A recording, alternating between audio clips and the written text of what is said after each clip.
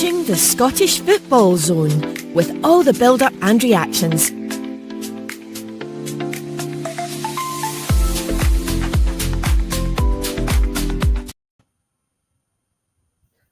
And welcome to this special edition of the Scottish Football Zone. I'm joined today by my partner in crime, it seems like. Thank you for being back on again, Ethan. No problem. A great night of football last night, and hopefully it continues because Scottish football, both European and domestically, has been really entertaining so far. And we're joined again by Robbie. Thank you for joining me, Robbie. No problem, Regan. How you doing? Aye, doing good, mate. Looking forward to this Friday night football tonight. It's going to be a Scorcher. Hopefully the football will be scorching as well. Aye, hopefully. I'm gutted I can't make the Simon game tomorrow against Hearts, which should also be a cracking game. But it's going to be a good Saturday of football. I think there's some really, really good fixtures on the card. How come you're not going to be there tomorrow? I mean, what a gaming prospects. I don't know. I'm gutted, but I'm at a wedding all day, unfortunately, tomorrow, so I need to miss out on the game. Hopefully, the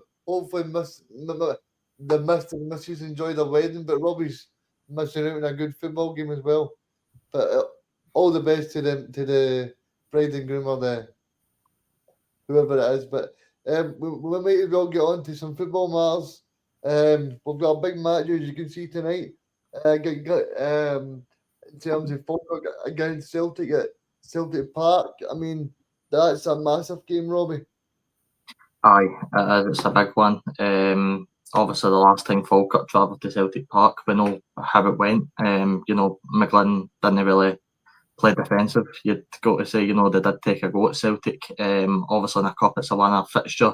We've seen cup upsets in the past, so you can never fully write it off. But I don't know about you guys. I just have this feeling that Celtic are strong favourites for the game, and I can only really see it going one way, to be honest with you. Yeah, I would agree. I would agree with Robbie there. I think Celtic will go in as massive favourites, as expected. It'll be interesting to see what Brendan Rodgers does with his starting 11, because usually the cup games are a chance to rotate the starting 11, especially when you've got a big Champions League qualifier on Wednesday night. I think he'll maybe rotate some of the defenders. Maybe even we see Vilshami Sinisalo in goals. I think a lot of Celtic fans have wanted him to be sort of grown into the starting 11. Obviously, Kasper Schmeichel doesn't look like he's going to be at Celtic Park beyond next summer, so they want to get the Finn ready to be the starting goalkeeper. Then there'll probably be rotations in the defence, probably rotations in the midfield. Do you think this might be a first night we might get to see Pusey? Who? Sorry? Pusey. Oh, Simpson Pusey, yeah, possibly. I don't know what his fitness is like, because he's barely played any minutes for Man City in pre-season, so I think he's quite a bit away, but I don't know if maybe Ben Rodgers sticks him in to get him up to speed. I did see him training yesterday, Robbie, so I was thinking Celtic are putting out training videos and he was in it, so I just thought maybe that this could be a match for him. Aye, it's a good chance for Rodgers to experiment. I actually want to ask you guys what you think about the attacking situation, particularly striking department, because it seems like every week we're previewing Celtic and we're talking about the striker department and who might be starting up front. So what do you guys think Rodgers is going to go with?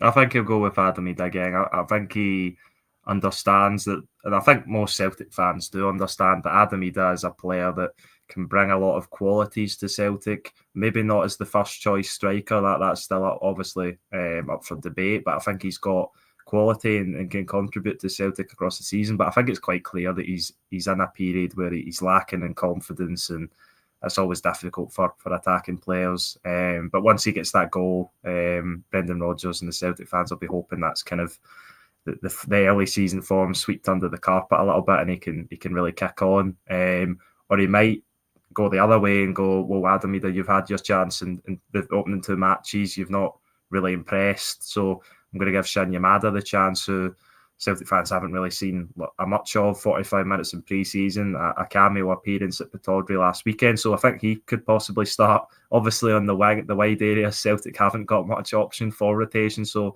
you would imagine it'll be James Forrest and Dyson Maeda again. possibly Yang, although Brendan Rodgers didn't seem too pleased with his performance against St Mirren based on the fact he never got onto the pitch against Aberdeen. Yeah, I was going to say that to you, Robbie. I think in terms of Adam Idah, I think he needs to be in some sort of form going into Tuesday's game for the Champions League qualifier, because if he goes into that game not scoring, then I think his self-belief will be pretty low. I think the same can be said for pretty much every player on the team. I look at Celtic's certainly the opening day of the season performance, and look, I think Celtic fans were fairly adamant that it wasn't good enough, and it had to improve. Obviously, it looked fairly comfortable against an Aberdeen team that, for what we're seeing early on, look like they might struggle a wee bit this season. But look, it doesn't stop Celtic being favourites going into these games. You look at tonight, obviously, as Ethan mentioned earlier, massive favourites for this tie. Get into the two legs against Kairat, they're also massive favourites.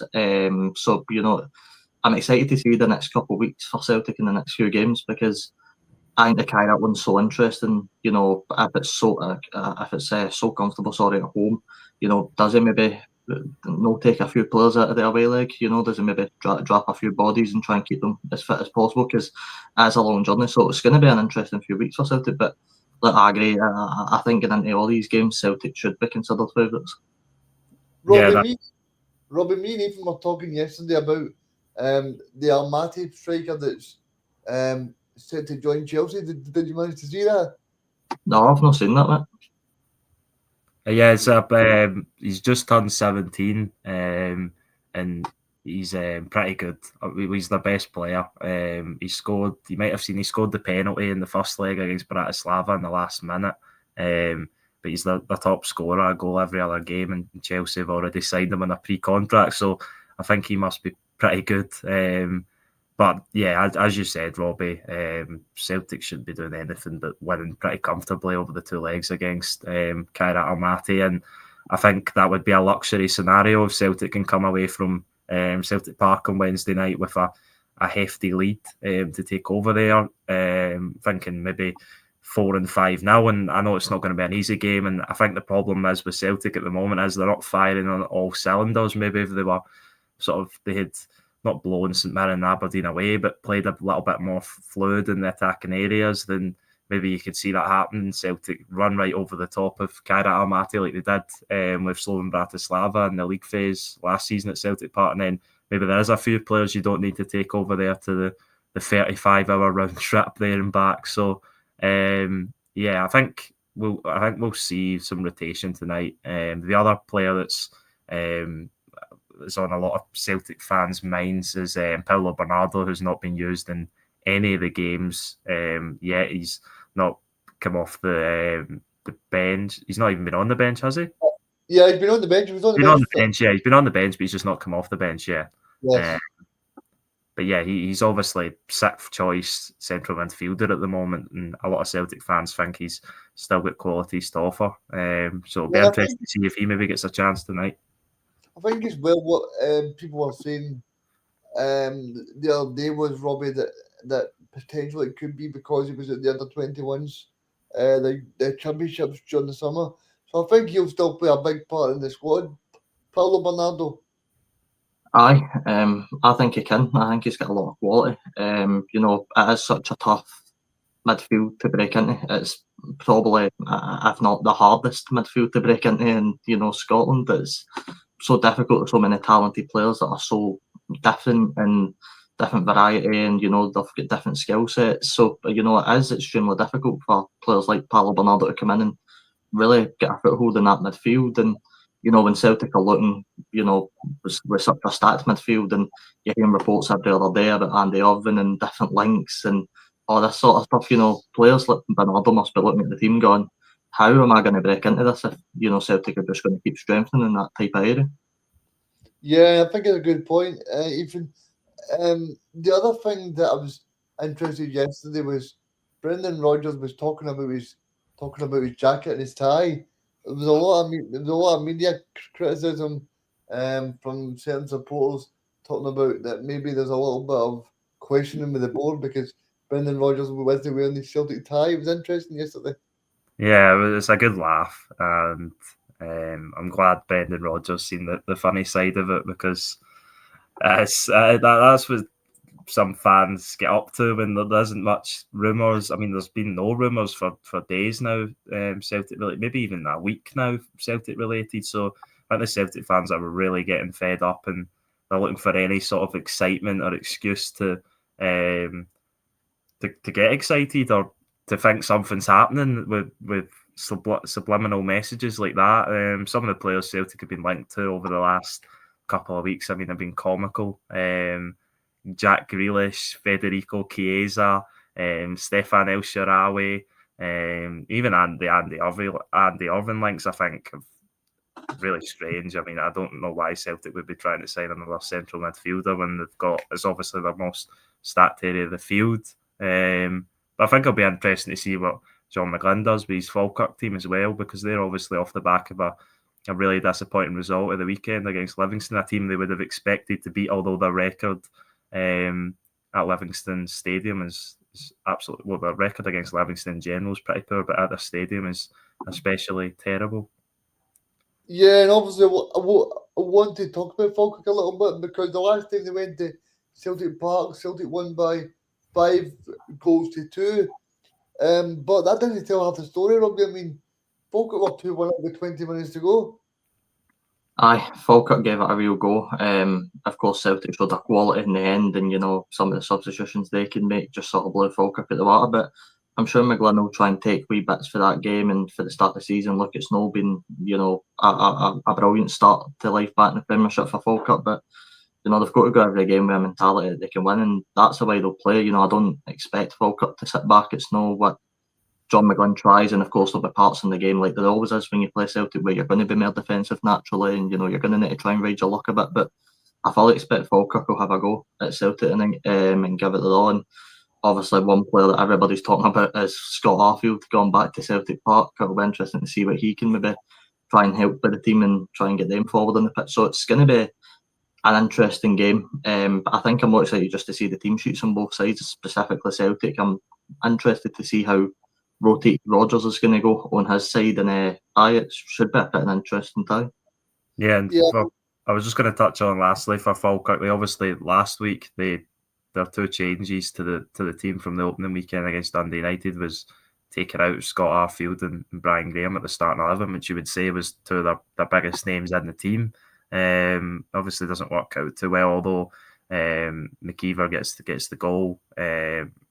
But Nesbitt, who was the other replacement, obviously a former Celtic player as well, along with Calvin Miller, he came off at half time. So yeah, it'll be interesting to see if Arfield, I imagine he would put Scott Arfield back in the starting 11, but you're not sure. And then the other one, Ethan Ross, came off injured in the first half at Livingston. So I don't know, maybe John McGlynn's gave an update on that I've missed. But we'll have to see if he's fit or if it's Alfie Agaman who starts.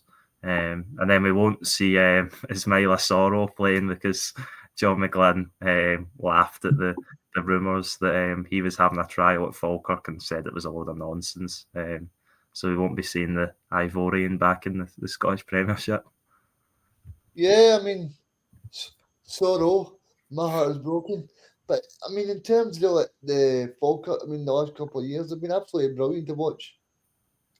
Aye, they have. They've been a really good watch. My worry is, and as we said it on the show at the weekend, previewing the games, I just don't think that squad's strong enough. And I think they get almost found out against Livingston in that game. A lot of people looked at the opening two games. You've got Dundee United and you've got Livingston. You're going, all right, it's probably not the easiest games. No game's easy in the league, but it's the games that you look at and go, right, we can get points out of that. But to go away to Livingston, let's be honest, I don't know if you guys managed to see the highlights of it, but Livingston played them at the park at times. They looked really, really good. So I'm a bit worried for Falkirk. I don't know about you guys. I just think it's going to be a really big struggle this season for them to try and stay back up.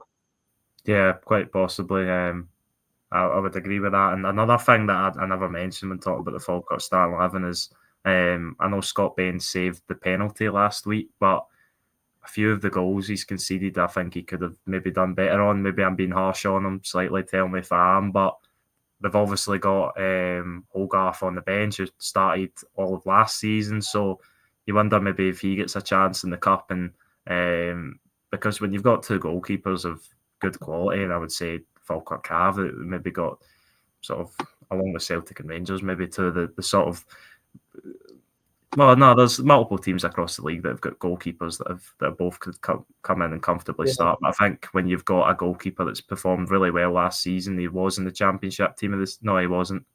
Was he? No, I think it was Pryor, wasn't it? But anyway, he's been really good in it. I think even people were sort of putting him forward for Scotland selections last season, and now he can't even get in the starting 11. And I know Scott Bain's obviously a good goalkeeper, but you wonder whether maybe Hogarth comes back in for another chance. Yeah, and obviously, I mean, it'll be great to see Scott Blaine playing at Celtic Park. I'll put my teeth back in. But I mean, it'll be great to see Scott Bain playing at Celtic Park because he's always been sitting on the bench the last 3 or 4 years. Yeah. On you go, Robin. No, I was just going to say, Celtic fans will actually be glad to watch the guy play. You know, he's just sort of sat in Celtic's bench for a couple of years and not really done much. You know, he does have a bit of quality. You're right, Ethan. Some of the goals he has let in so far haven't exactly been brilliant on his side, but you know, they have two top quality goalkeepers, and you've got players on the bench against Livingston like Agyman. You've got Brian Graham with a lot of experience that can cause teams ball. I mean, Agyman was getting shouts at one point last season for being Player of the Year. I remember, you know, he was having a real good season. So you know, maybe John McGlynn changes it up a bit tonight, puts in your guys like Agyman, Arfield, and Graham, and tries to have a bit of a go at Celtic, because I think it's all Falkirk really can do. Yeah, and I just wanted to go back on Celtic for a second. I mean, Brendan Rodgers was saying yesterday he's confident the board will get the players over the line. He's looking at four players to bring in.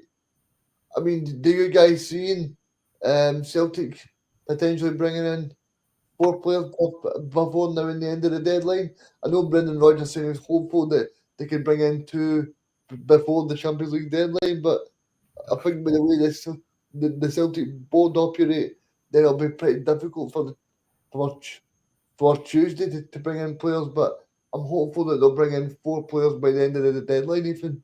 I think the Champions League deadline might have been today for the squads anyway. So I don't think even if they were to sign a player over the next few days, they could have him in. I think Brendan Rodgers said yesterday that they've got 24 hours before. So as long as they sign by Monday night, then they can. All right, okay. All right, Yeah. okay. Well, that's something I didn't know. I mean, there's no link, so if Celtic are going to have to wrap up maybe the quickest deal ever if they're going to get someone in time. So yeah, I think it's unrealistic, as you said, but there's still what, the 2 weeks and a bit until the transfer window shuts, and I think we can all sort of see what Celtic are doing. They're risking the fact that they should be able to get past Kaira Almaty over 2 legs, and it would be an ultimate embarrassment if they didn't, and then they're going to splash the 40 million, not all of the 40 million cash, but obviously it's easier to spend some of that money when it's just come in, and you know it's there. So yeah, I think we'll see Celtic strengthen a lot after they get past Kaira Almaty, if they get past Kaira Almaty, because nothing's given, especially in European competition. Well, Ethan, I was just going to ask you guys, there's still rumours on the Go Ahead Eagles winger that Celtic were linked with? Is that fell flat in its face? I remember there was strong rumours of a guy failing. So I haven't seen that for a wee while now. I don't know. I haven't seen any really updates on it, so I think Celtic just never wanted the player for as much as Go Ahead Eagles were valuing him, and I think it was something to do with the release clause he has for around €2 million next summer. So yes. So I think Celtic are kind of going, well, if you don't take our money now, then you're going to get less next year, and obviously that's not how it works. So Go Ahead Eagles obviously value the extra season with him as a more valuable option, and fair enough, Celtic can't meet their valuation. And I think he's I played against PSV in the Super Cup, but I don't know if he's played since then, so I don't know if he's got an injury. But yeah, that was maybe one of the problems as to why Celtic didn't sign him, because he had a big injury last season. I was just going to say, you guys, I was listening to the media comments from Brendan Rodgers yesterday, and he was saying that from what he understands, that Maeda, he thinks he'll stay beyond this season, but you're not able to predict things in football. What, see, in terms of you guys, do you think you'll stay, or do you think maybe like a Brentford or a Bournemouth might try and buy him off Celtic, or else a team from Germany or something like that? I think there'll definitely be interest. That it's obviously they've heard rumours and a lot of Celtic fans are getting worried about him leaving. But I think if he was to leave, it would be a disaster for Celtic if they didn't have ready-made replacements. Because then you really would be lining up with a front three of Yang, James Forrest, and Adam Ida. And no disrespect to those players, but I would call that a crisis. And there would be debates on whether that's even the best, even the top two front threes in the league. And Celtic should not be falling out of the top two when it comes to any areas of the squad, really, I would say. Yeah, I think that's a good point you make in terms of you. I mean, Brendan Rodgers said again yesterday that he's not able to let Tilio and Yang go. So clearly doesn't see these guys as a first pick. So clearly for me, he needs two wingers in, because if Yang wanted to go to Norwich and Brendan Rodgers says no because they've not got replacements in, and we all know that Tilio was lined up to go to, I think it was Rapid Vienna. Yep. So I think Brendan Rodgers has said repeatedly he's not able to let these two players go until two guys are brought in. I don't know, but do you guys think that Celtic will wrap up these two wingers? I think they need to. I don't think there's any really choice, to be honest with you. Celtic need to sign wingers. That front three that Ethan mentioned there, and the front, sort of three that Celtic have got now, isn't good enough in my opinion. And if any team this season, and I keep saying this to people, people going, why are Celtic not spending the money and this and that, and there'll be a multitude of reasons, but for me, at top of the list, it's until Celtic are challenged and until proper pressure's put on Celtic, why do the board need to spend money? The board have every right to go, right, we're not getting any challenge put on us. As far as we're concerned, we're top of the league, we're going to be the champions yet again. And everything's fine and dandy. Obviously, for us looking in, it's no, and I'm sure they'll have names ready to sign as well. So, they will sign players, but it is just that case, in my opinion, that no pressure's been put on Celtic. So Celtic have never really been forced into having to spend money. Yeah, I agree with that. I agree with what Robbie says there, and I think the squad, although Celtic fans will maybe tell you different, I think in the early parts of the season when you're not juggling too much other football, for the most part it's one game a week, and obviously now we're starting to get Celtic in those qualifiers, but even after that for a few weeks until the Champions League starts, it is still going to be one game a week, and I think the squad will manage that in the Premiership, as they've shown. It's not been convincing, but they've got two results in two fairly difficult games, you would say, against two teams who finished in the top six last season and have aspirations probably for that same finish again. And as Robbie said, if there's no pressure domestically, then there's no need to spend. But obviously, if that team was to go into the Champions League, there is no way they would get out of the league phase. No chance whatsoever. 0% chance they would get out of the league phase. But obviously, Celtic fans won't be filled with confidence going to Ibrox, even if Rangers' domestic form is so poor as it has been so far. Yeah, I mean, I just wanted to finally touch on Falkirk. If Falkirk are to win this game tonight, who for you guys would be the kind of main people? Oh, that's a good question. I think probably Brad Spencer in midfield, Tate as well. Scott Arfield would probably have something major to say. He does like a big moment against Celtic.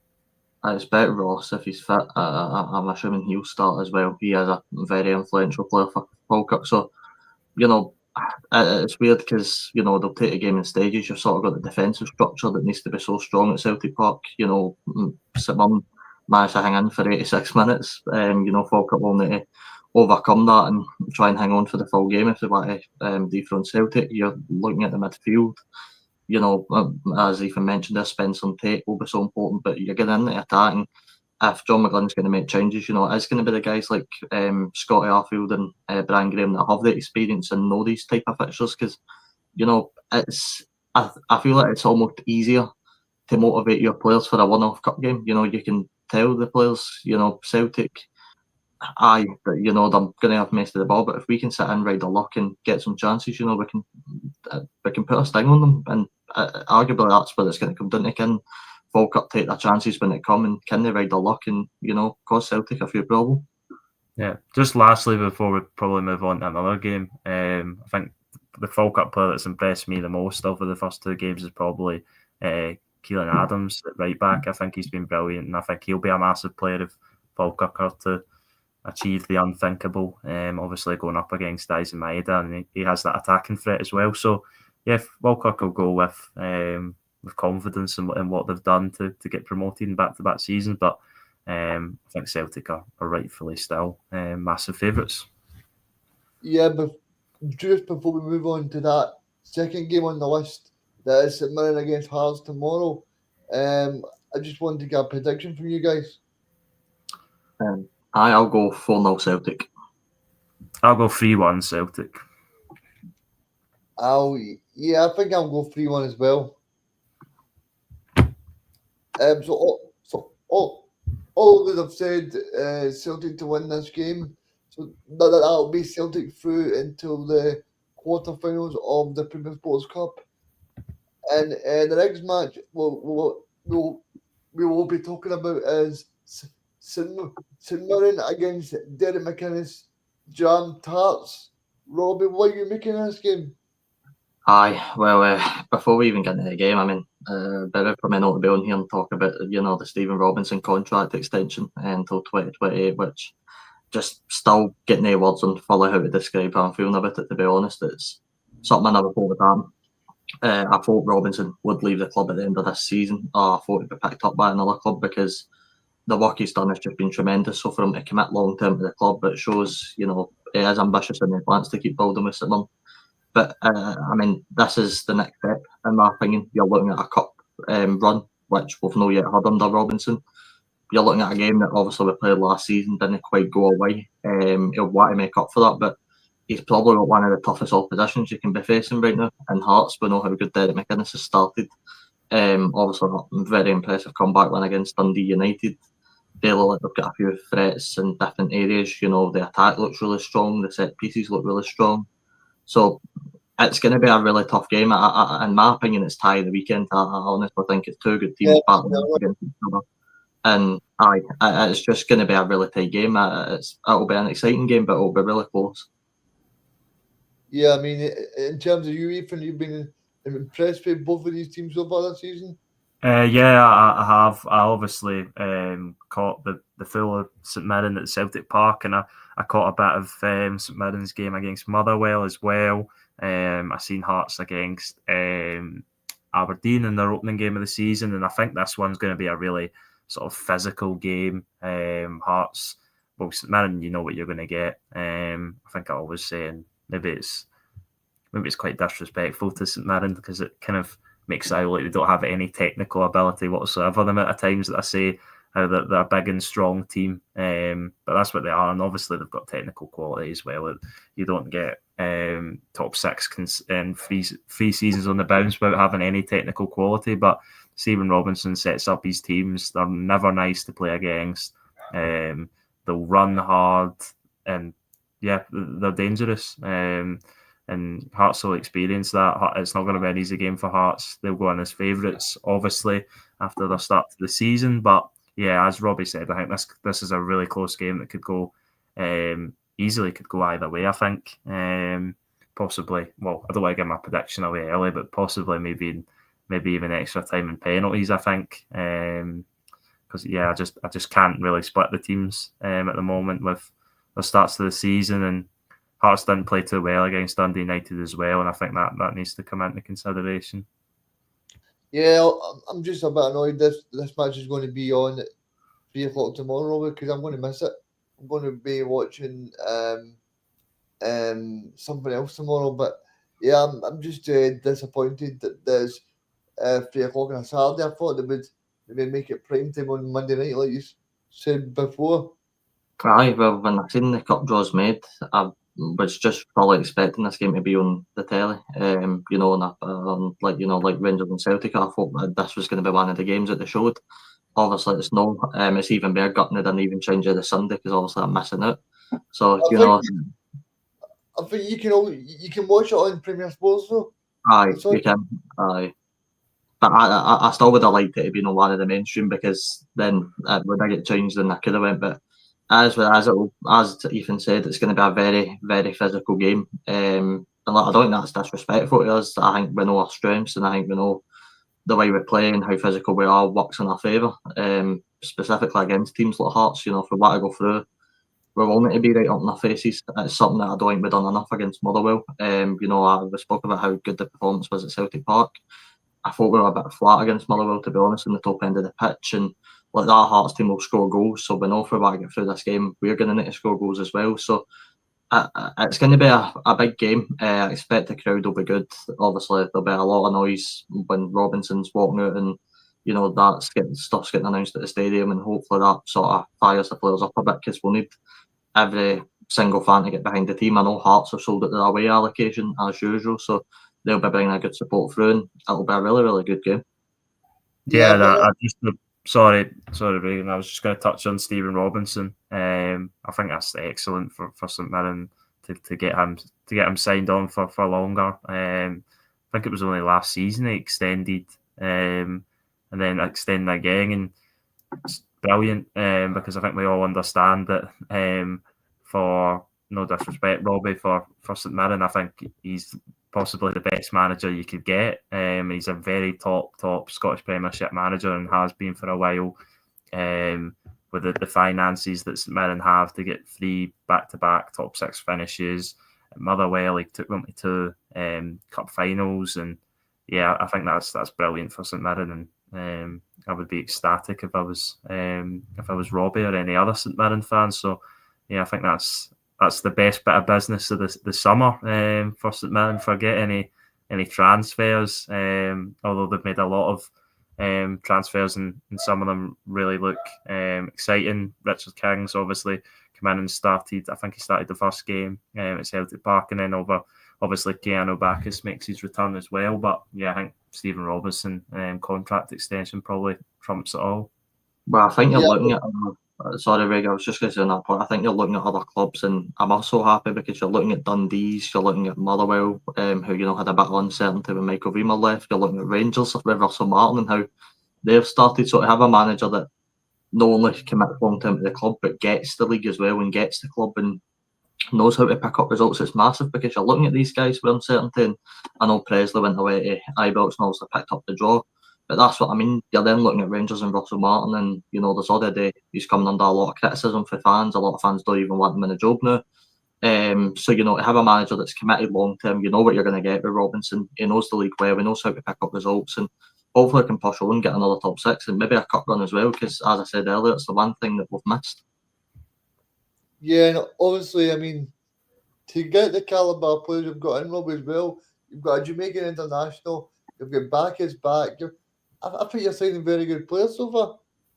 Aye, one of the top performers for me against Motherwell was Miguel Freckleton that came in at the back of for Richard King. I thought he looked a level above. You can tell he's been training with Sheffield United for a pretty long time. Just with the way he commanded that back line, I thought he looked miles above anything that we showed. So, aye, we're signed well, and it's nice that we're taking a punt on some players that maybe other teams when they look at, a perfect example, Jayden Richardson came in, obviously got under a lot of criticism at Aberdeen. No one thought he was good enough at this level. Robinson's brought him in, and he just looks really good.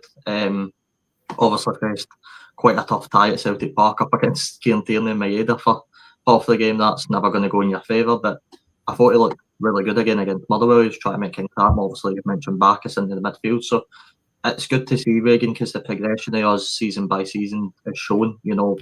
Season by season, we've been able to attract more players. We've been able to, commit Stephen Robinson to 2028. It's stuff that a few years ago that none would have been able to do. I would really worry when a manager was, coming up to the end of his contract and I'd go, I wonder who we're going to end up with next. And a lot of clubs have done that this summer in the league, and some have not started well. So I'm just so glad we've got committed up to the long term. Yeah. And I think Robbie makes a good point there in terms of, I think St Mirren's a really attractive proposition now, Ethan. Yeah, exactly that. And the proposition of playing under a great manager like Stephen Robinson, who's been visible for improving players that have joined St Mirren in the past. And yeah, I think St Mirren's a really good opportunity for players to go and develop and play in a really good system. A manager who knows what he wants from his players, has a clear idea of how he wants to play football, and has got his teams playing really well as well. It's not as if St Mirren are sort of doing okay or whatever. They're punching well above their weight when it comes to financially wise, and I think a lot of that obviously goes down to how well the club's been run, but a lot of it to Stephen Robinson as well, and that it's just so brilliant that they're able to hold on to him and keep one of what I would say is easily one of the best managers in the league. Yeah, I mean, in terms of Hearts, I've been so impressed with them so far, Robbie. I've also been very impressed. I didn't expect them when I seen they were 2-1 into Dundee United. I thought Dundee United might have grinded at the result as they tend today under Goodwin. Obviously, Hearts done very well to get back in it. Stuart Finlay looked like he really impressed. Look, we know, as well as we know what we're going to get with a Robinson team, we know what we're going to get with a McInnes team, and they're going to try and attack. They're going to try and keep a hold of the ball. It is going to be a very game of. Almost feels like the Motherwell game. It feels like we could both so easily cancel each other out. As Ethan said, the game could well go to extra time and penalties like it did last year in the Cup. So, we know what we're getting with Hearts. They've built a very good team, by the way. It's a very promising squad. I know McInnes was speaking about the right back situation, I think, in particular. And, I don't think they're dipping back into the transfer market right now. So, McInnes looks like he's got a very settled squad. It's a squad that's got a lot of talent, a lot of ability, especially on the wingers now. That's one thing, if you asked any Hearts fan, I know Graham said that a lot of times on the show as well. I think the one thing they did miss is that wide quality in attack, and they've got it now, and they look like a really good squad, and they might be able to kick on and have a really good season. I'm going to say the winner of this tie will go to the final. Well, funnily enough, my early season prediction was that it wouldn't be Celtic or Rangers that win the Premier Sports or League Cup. It would actually be Hearts was my team that I chose. Based off Celtic and Rangers starting the season slow. Rangers obviously have started it results-wise and performance-wise. Celtic have probably started it more performance-wise. I don't expect Celtic or Rangers to go out in this round, but I think maybe if they face a Hearts or maybe a Hibs or maybe an Aberdeen in a future round, or maybe a St Mirren in a future round, then I can see them maybe going out. So yeah, I fancy Hearts, and I've got to stick with that. Unfortunately, Robbie won't be happy with that, but no, I think if I had to give a prediction, I would say Hearts to just edge it. I just think they've got that winning mentality installed, and I know it's 2 games, it may sound a bit silly, but it's not. Tannadice isn't an easy place to go. Even a big European side like Rapid Vienna seen that last night. So, in fact, Hearts managed to turn around the scoreline and win the game with 2 really good Stuart Finlay headers. Shows that they're in a really good mental state at the minute, and I think they'll carry that confidence into the game and just have enough to pull through in a really difficult fixture. Yeah, I mean, I think you made a good point there, Ethan. I just want to say, Robbie, I mean, Stuart Finlay's been great. Surely Steve Clarke is not watching the Scottish Football Zone. See if Steve Clarke is, please subscribe and please know that I'm not the biggest fan of Grant Hanley. I mean, that's a guy that wasn't able to go in for his team again last night. And you've got Stuart Finlay starting really well, scoring 2 goals, scoring in the first match of the season, then scoring 2 goals in Tannadice last week. This is a guy that should be in the Scotland squad instead of Grant Hanley. Robbie? It should be players like Stuart Finlay we're getting in. We're obviously going to speak about Hibs soon, and we'll speak about Kieran Bowie, and that's another player that, if you're Steve Clarke, you've just got to get in the squad. You've got to put these guys in, and Finlay's a very good defender. I don't think it would be a bad option at all, especially with the way Scotland play, with that back 3. I think he'd fit in really well. So we'll obviously wait and see what happens with the Scotland squad when it's announced. I believe it's soon. The Scotland squad will be announced. I don't think the games are too far away.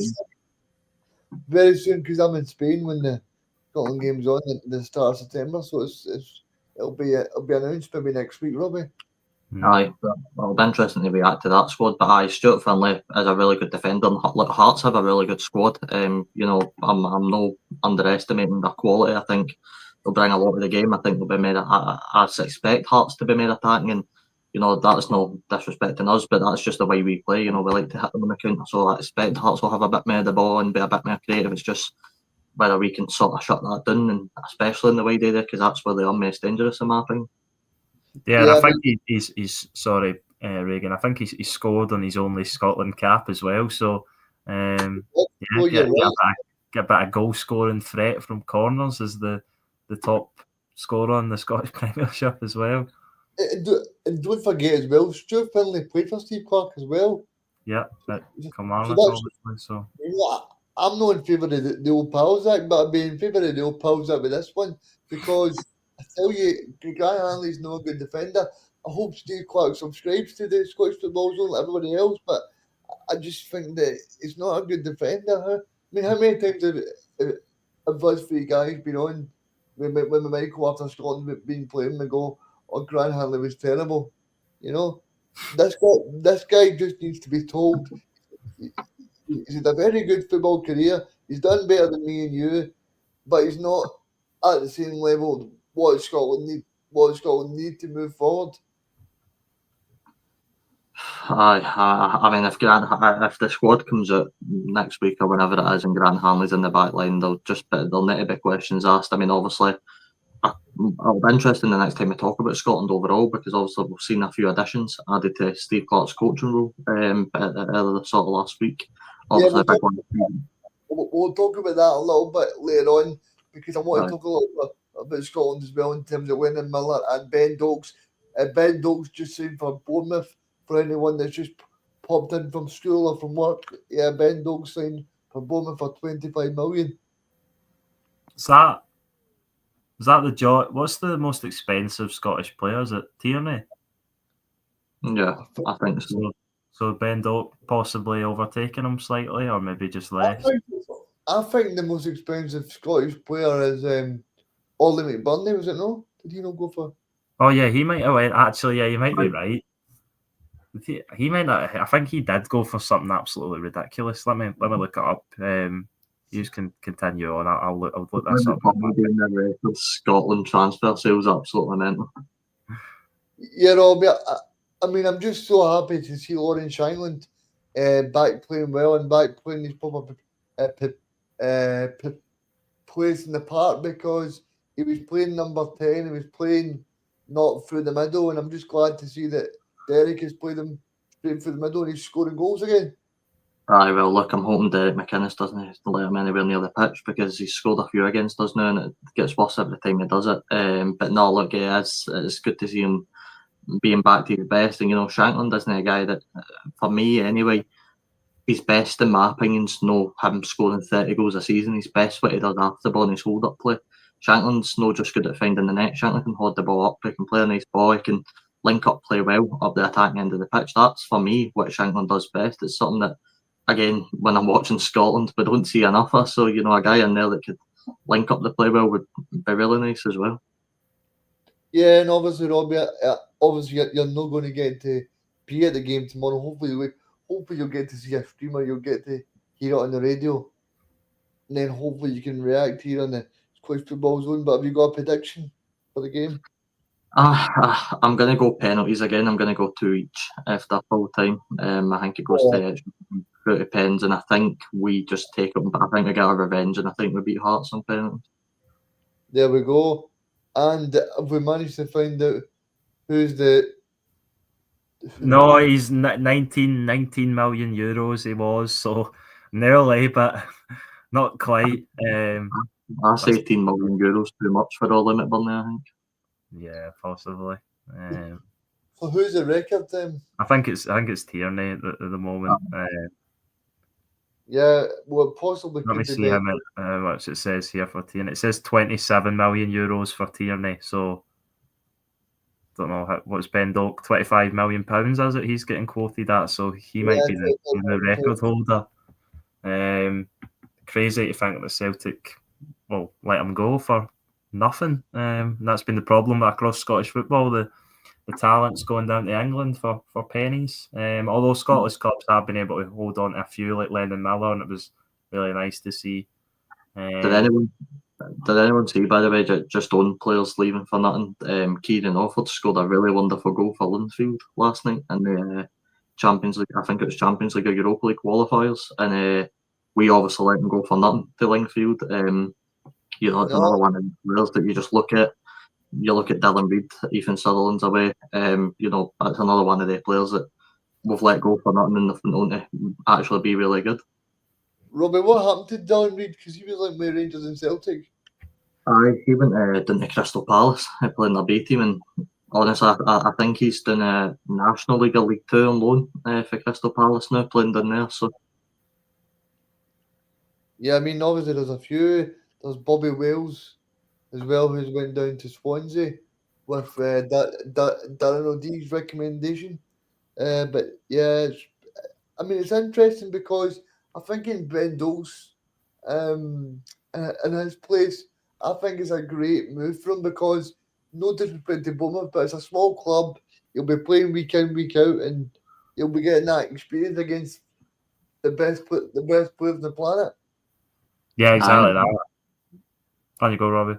No, I was just going to say it gets him more consistent for the Scotland squad as well. It was no shock that when we put Ben Doak in, he was one of the standout performers. So, we're going to want him fit, and which is going to be a really, really big World Cup qualifying group. So, him getting more game time and playing against big opposition, when he was doing the Championship, no disrespect to the English Championship, it's a brilliant league, but you want him playing against the best opposition every week, and in the Premier League, you'll be doing that. So, for me, it's just a good move for Ben Doak and Bournemouth as well.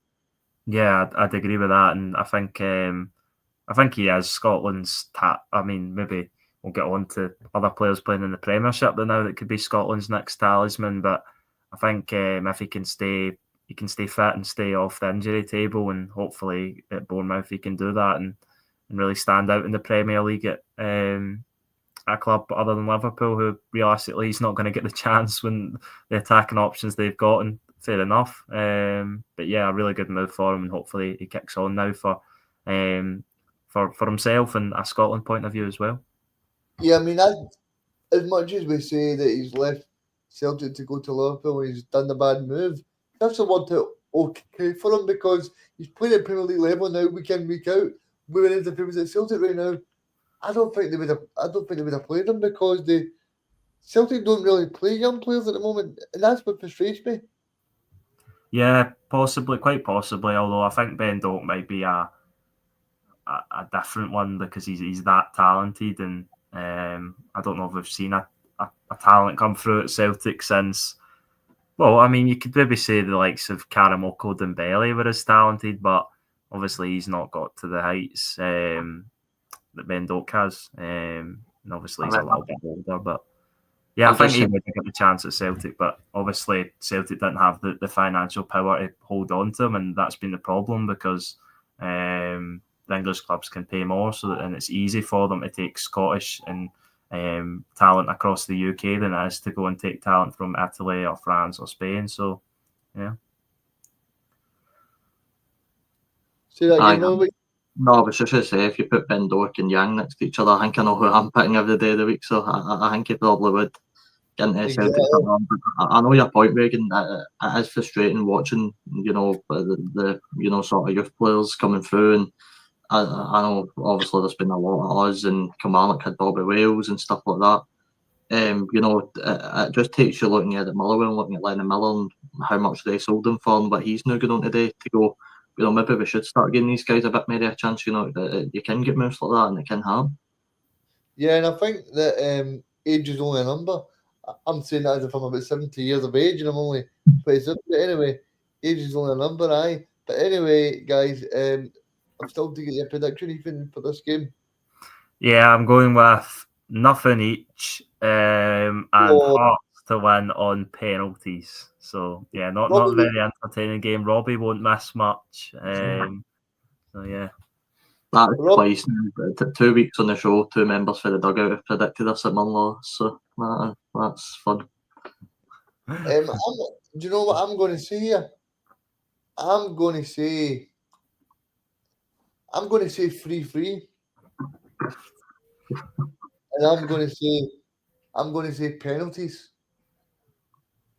Who wins on penalties? Who wins the penalties? I'll go for St Mirren.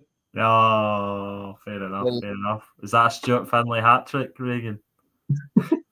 No, I'll go for Shankland to get one. Claire Spittle and Lauren Shankland. And for No St Mirren, anybody but Shankland.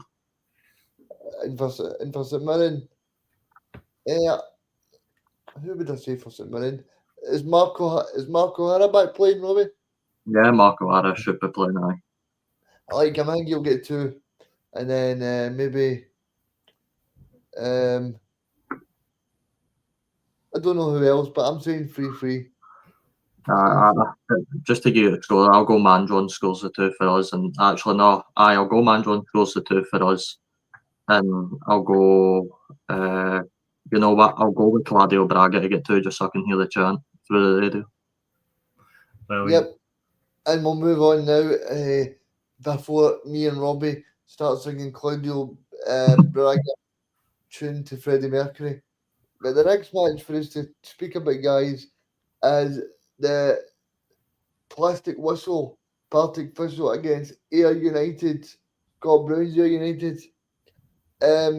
Yeah, I mean, this is going to be a cracker. I was going to go along tomorrow, but I've actually got something else on now. But yeah, I mean, it's going to be a cracker. I mean, Mark Wilson's not got off to the best of starts in the championship, but he's doing really well in the Premier Sports so far.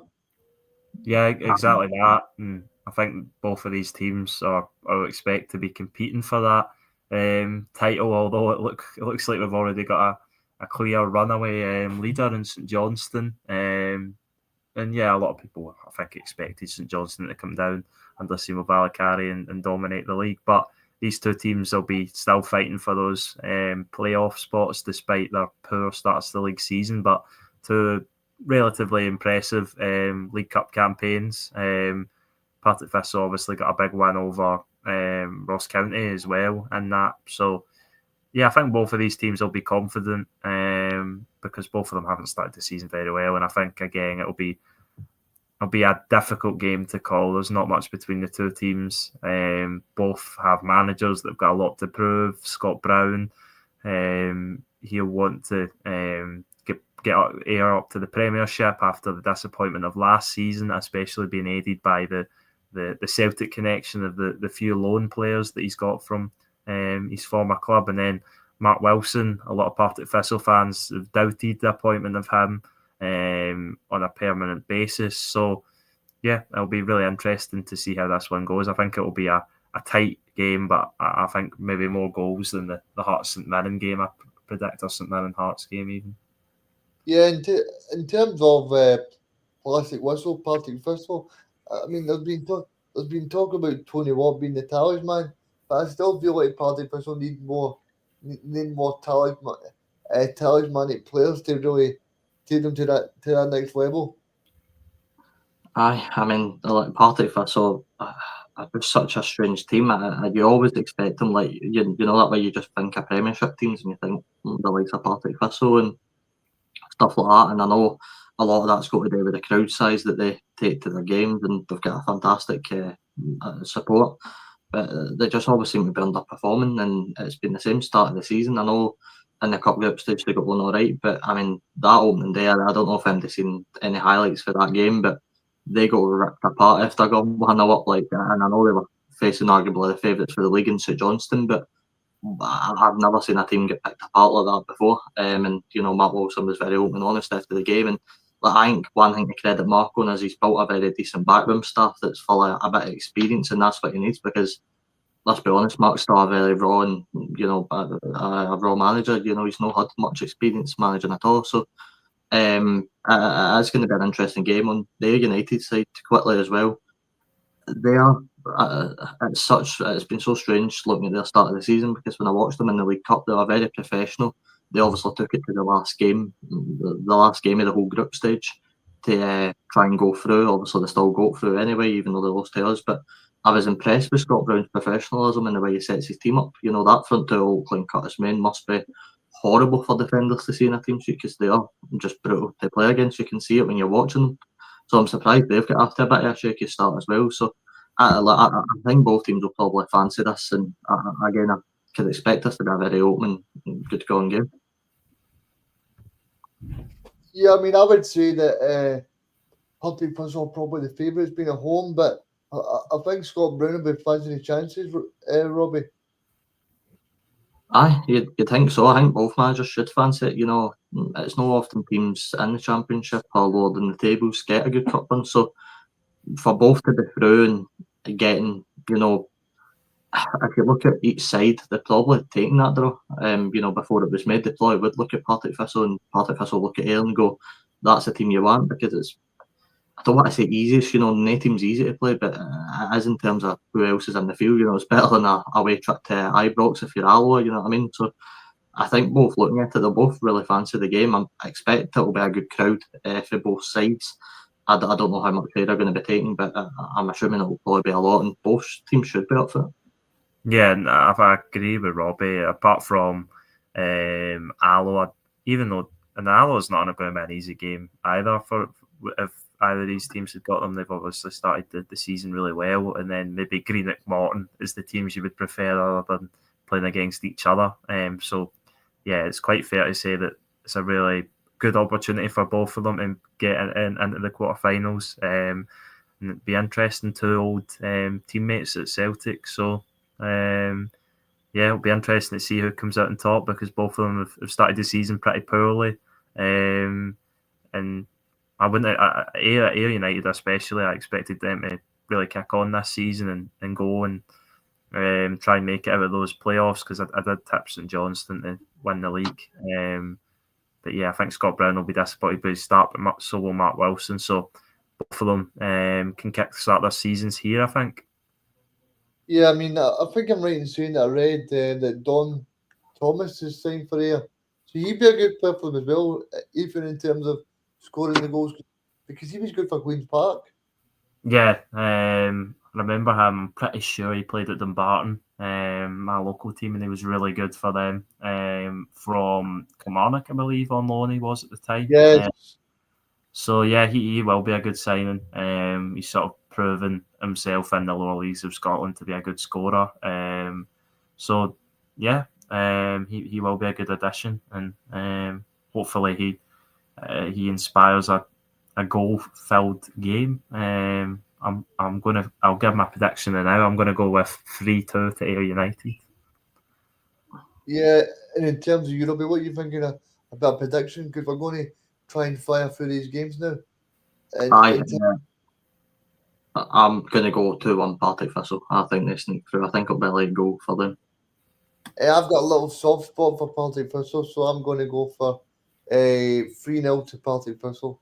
Sorry, Scott Brown, but I just feel like Partick Thistle being at home, Tony Watt, Aidan Fitzpatrick, I think Partick Thistle will be in the quarter-final draw. Yep. And now we'll move on to which I think is one of the ties of the weekend. St Johnstone against Motherwell. I mean, St Johnstone are flying under Timo Valakari and Motherwell. Now, don't ask me to pronounce that new manager's name, because I'll be there all night. But I think they're playing some really good football under the new manager. Yeah, definitely. On you go, Robbie. No, on you go. No, I was just saying that, as you said, Reagan, I think it is really interesting. Two really interesting styles of football. Obviously, we're familiar with Timo Valakari's a bit more at St Johnstone. We've obviously seen him for longer with being in the Premiership with St Johnstone last season. And then James Bertholascu has started pretty well for Motherwell. Yeah, I think Timo Ball v James Ball is what it's going to look like. And St Johnstone, I think, unless I'm mistaken Motherwell for some other teams. St Johnstone surprised Motherwell last season in the Scottish Cup, I think it was, when they beat them 1-0 when they were playing absolutely terrible. Rubbish. And I then believe they beat them in the league the next week as well. And maybe that was the sort of downfall of Stuart Kettlewell beginning. Yeah, because I believe he got a little bit of abuse after Yeah. these two you speak about. Yeah, and I think Motherwell will go on as favourites as the Premiership team that have started the season well, and rightfully so, but I don't think it'll be easy for them. I think St Johnstone will make it difficult. They've started the season really well. Big win against the other relegated Premiership team and then thrashing one of the playoff teams from last season. So you can't start the Championship season much better than that. 100% record, I believe, in the group stages. So, yeah, they look really good. And I think it won't be an easy game for Motherwell. And I wouldn't be too surprised if St Johnstone come out on top, even though Motherwell have started the season so well. But I would still probably lean towards Motherwell. Yeah, I mean, one of the big players for me this season so far, Robbie, has been Josh McPake. Aye, he's looked like a decent player. Just to go into Motherwell quickly, it's so interesting because, you know, all that everybody's been speaking about the last few weeks is how attractive it is to watch, and, you know, but Yen just brought a sort of attractive football into Motherwell, and I agree, you know, when it works, it's good. But one thing I noticed about Motherwell the weekend is they're really lacking a number 9 badly. You know, it's fine tapping it about the back, and that's what they've done for most of the game. You look at the possession stats, I'm sure they probably had a 70% or something mad like that. But they really did not create much with it, and that'd be my worry if I'm a Motherwell fan. You know, it's fine passing it around the back. We're watching that with Russell Martin's Rangers right now. You know, they're passing it around the back and they're doing that sort of stuff. The problem is for both teams, they're not getting off the pitch quick enough, and when the number 9's not really providing the way they should. You know, Motherwell, if you look at the highlights of that game on Sportscene, they did not create any. Really struggled to get any sort of form up the pitch. So this is going to be a really interesting game, Vega. I know you were calling it potentially tied around, but I don't see there being many goals in this one. I think it'll be a close encounter. And I think it's interesting, Motherwell, because it's at the games against teams like this that are going to go one or two ways. They're either going to, you know, they'll probably this season dominate a few games and score a few goals past teams, or they'll get picked apart themselves. Because I'll tell you now, that line, I put Paul McGinn, and I can't remember who it was that started on Saturday, but they do have a couple of mistakes in them. O'Donnell. They do have a couple of mistakes in them, so it's going to be interesting this season to watch them. Yeah, not too natural central defenders either. So I think that's an area, along with striker, as you said, Maswinise, not a natural striker, you wouldn't really say, a natural number 9. And I think central defence is something they need to address in the transfer window as well, with the injuries they've got there. So yeah, I think I agree with Robbie. Made some really good points there. I think it will be really tight. I'll just go with Motherwell to nick it 2-1. I'll go with. But yeah, I think hopefully it's a better game than what it maybe looks like it's going to be. Because obviously the St Johnstone game v Ross County wasn't filled with goals either. See, just one final point on this match for me is, like, I think Robbie makes a good point in terms of, I feel like Motherwell have just got possession for possession's sake. Like, didn't it seem as if they really created too much last week, Ethan?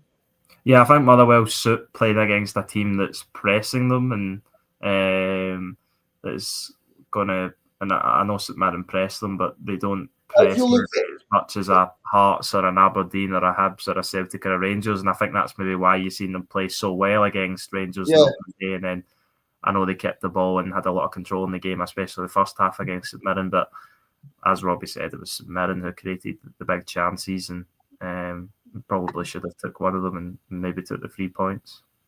I was just going to say there, I mean, if you look at most of Scottish teams like St Johnstone, St Mirren, Hearts, a lot of these teams are they're not going to play attacking brands of football. They're going to set up well and try and defend first and foremost. So I don't know if the Motherwell manager's being too optimistic, because the only teams that are going to play against them is probably Celtic and Rangers, because they're.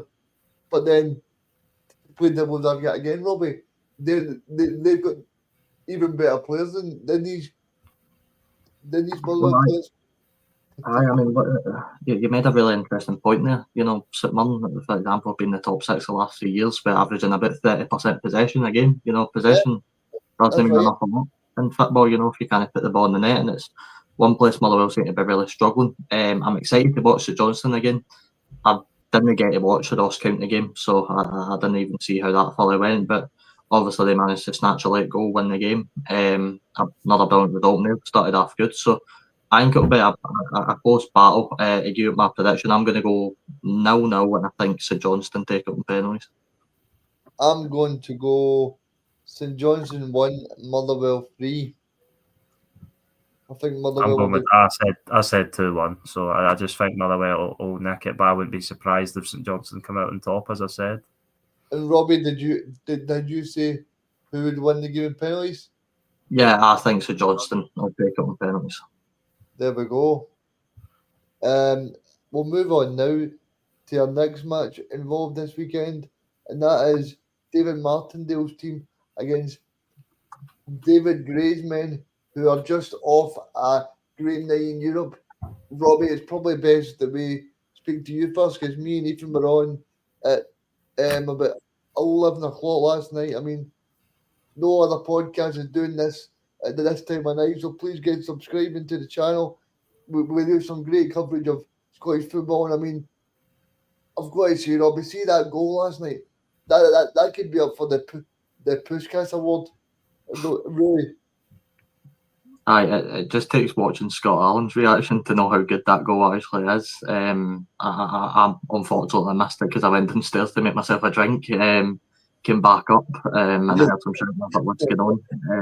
But like, it's some result for Hibs that I think they maybe made it a bit harder than it should have been. Obviously, getting dealt the late blow doesn't help you in favours, but they did play a lot of the game with a man advantage. And look, I suppose though sometimes in football they say people down to 10 men tend to play better. So I'm just glad Hibs get through. Obviously, we'll go and speak about Dundee United soon, getting dealt the penalty blow. But I was impressed watching Hibs. The only problem for Hibs now is you go into this game and let's be honest, the players are going to be flat on their feet. They're probably going to be knackered, and I know you can use some of the adrenaline for getting through to push air. But if this game ends up going to extra time, for example, I mean, the players will be dead on their feet, and it will be, I imagine, a heavily rotated team. And I imagine this is the type of game that maybe David Gray has kept Grant Hanley for. You know, he obviously didn't go there, but in the second leg, he probably has kept him for this type of game because, you know, for all we come on this show and go at Grant Hanley week after week, you know, he has a physical presence at the back. He will cause Livingston attackers problems. You know, they're built on physicality, so it'll be an interesting game. I think it will. I think all the games, to be honest with you, look really good. Yeah, Yeah, I on you go, Regan. just going to say it looks quite tasty, but also you need to factor in. Also, I know Robbie's talking about that Hibs might be tired, but also you look at David Martindale's team's record on that plastic pitch. It's so good as well. Yeah, exactly that, and they make it a fortress, and we've seen that in the Premiership when they were here for several years before, and we've seen it last week against Falkirk. They were the better team and deserved to win 3-1, and I think they'll make it really difficult for Hibs. Hibs are off the back of a 120 minutes during the week, or last night even. So it's not going to be easy for them going to a really difficult ground where we've seen in the past it's difficult for every team to get wins there. So yeah, I think it is really hard to call, and it'll be interesting to see what David Gray does with his lineup. He made 3 changes for the game at home to Kilmarnock last weekend. Grant Hanley was one of them, along with Ella Yuan and Junior Hoylett. So it'll be interesting to see if those players come back in again. Obviously, Jamie McGrath has got that injury that kept him out last night, and I don't know if we know the full extent of that. I think they hope he's back soon, but I don't think he'll be back for this game at the weekend. Then Livingston have got a few injuries as well because they had a couple of players go off in the first half against Falkirk, Danny Wilson, and the other players escaping me. And then Adam Montgomery got taken off at half time. So I don't know if that was performance based or a knock or whatever, but it'll be really interesting. Both teams have started the domestic season really well. Hibs are on the high of Europe during the week. So yeah, I think on paper you'd look at Hibs as the favourites, obviously, but with the way Livingston have started the season and the fortress they make their stadium, then you can't count them out. A bit of a, by the way, feel good factor for Livingston. Obviously, David Martindale today, the second manager of the day, signed a new contract at the club, extending his stay. So, they'll feel a bit more secure with him in charge as well for another couple of years. I think it was a 2-year extension if I read it right. So, Livingston will feel up for this type of game. It's the type of game David Martindale will like because he'll know he's coming up against a Hibs team that, there will be a few changes, and obviously if he can get the game extra time, then, it might favour Livingston a wee bit more. Thanks for reminding me, Robin, because I mentioned in this show with Michael in 2020 that I felt David Martindale would be sacked at the end of the season, and he's still here, so 5 I years thought later. David Martindale could ever be sacked by Livingston. No. But no, as Robbie said, it's brilliant that they've got him signed on as well, because he is someone who could easily, I think, get offers from other clubs in Scotland, and he never has. Maybe that's just teams sort of bypass him as just his loyalty to Livingston and that he's not going to leave Livingston. And yeah, I think I've said this before, I think he's an underrated manager in Scottish football for continually delivering success. I think obviously there's reasons as well of his past, but I think obviously you can see that he's a very good manager as well. There's a clear good manager in there, but I just feel sometimes maybe they look over his past and they probably see stuff that's going on, especially with social media these days. I just think that's a club in Edinburgh that really suits him. And obviously, I don't want to spend the whole time talking about David Martindale's past. To give him a bit of credit right now, and for what I've seen against Falkirk, the man stuck to his word. We were all a bit, wary of him coming back up, and we were going, is he going to play the same defensive way, and is he going to sit back and, play that sort of quote-unquote football, if you will? But he's stuck to his word, he's come out, he's playing attractive football, he's got a very, I think, underrated squad even as well, that I really do think could do well this year. It wouldn't surprise me if they were one of the safer teams in the league, because they do look like a real threat this season. I didn't know they signed Graham Carey. I didn't know they signed him. What a player he is. Yeah, they signed loads of players. I think 14 they might have brought in. It might even be more than that. But it's a whole new starting 11 and more that they've brought in. So they've got a really big squad, and they've kept the key players from last season that their contracts were expiring.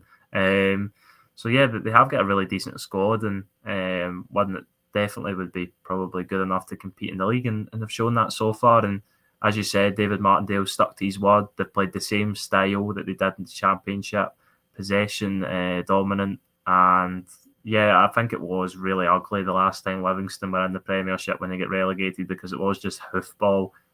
It was literally just putting the tallest players up front and kicking the ball up to them, and even the Livingston fans were pulling their hair out having to watch it. So I'm sure they'll be happy that they're not only back in the Premiership, but they're back and they're playing really nice stuff and getting really good results as well after the first two games, and they'll be very confident that they can cause a shock on their own patch against you'd imagine leggy Hibs team that have to rotate.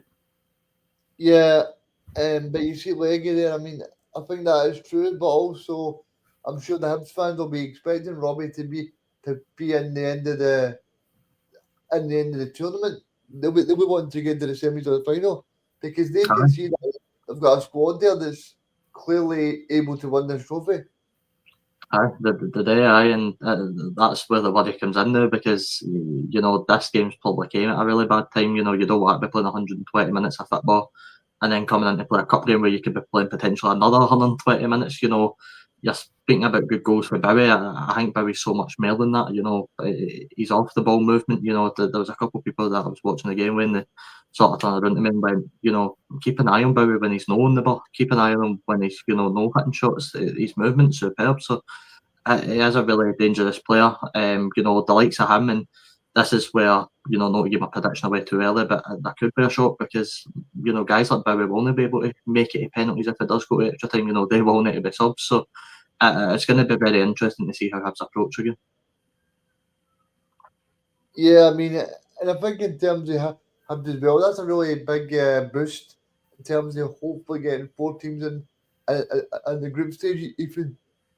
Yeah, exactly. It'd be a massive achievement and a massive step in the right direction for the Scottish coefficient if we did get 4 teams confirmed in league phase football. Obviously, we get 3 at the moment. Hibs need to go through that last tie against Legia Warsaw, where I think if they play like they have done in the 4 games, minus John Smith's 2 errors last night, then they have a real good chance and they should be confident about it.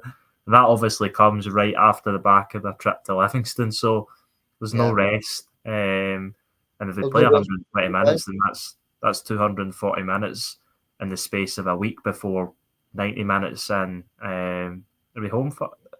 I think they're home first, aren't they, Hibs? Yeah, they are. They're home first, so at least there's that. But yeah, hopefully they'll be. He managed the squad, and they've made some good additions under David Gray to that squad. But yeah, it's difficult. It'll be a difficult game. It's never easy to go to Livingston, especially off the back of extra time during the week, and then another big game coming on Thursday. Robbie, we didn't get to speak to you last night, but I said to Ethan and I said to Michael as well that I felt a bit sorry for the number 1 goalie last night. Smith, I just wasn't impressed by him at all. That first one that he missed, and then the second one was even worse. Second one went right under him as if he was playing 5-a-side in the soccer world. It was just terrible.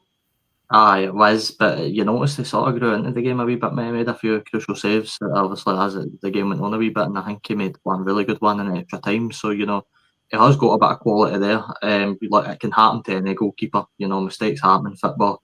I'm sure he'll try and get at it. I do believe they have another goalkeeper back that they brought in during the summer. So, if David Gray maybe not feeling that confident about McKinn, maybe flinging the other guy they've got.